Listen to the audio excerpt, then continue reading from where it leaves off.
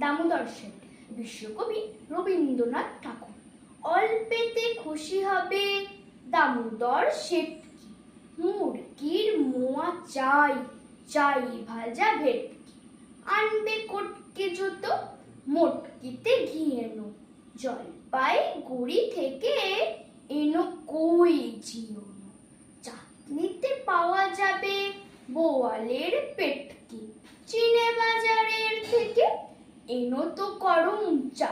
কাঁকড়ার ডিম চাই, চাই যে গরম চা। না হয় খরচা হবে, মাথা হবে হেঁটকি। মনে রেখো বড় মাপের করা চাই আয়োজন।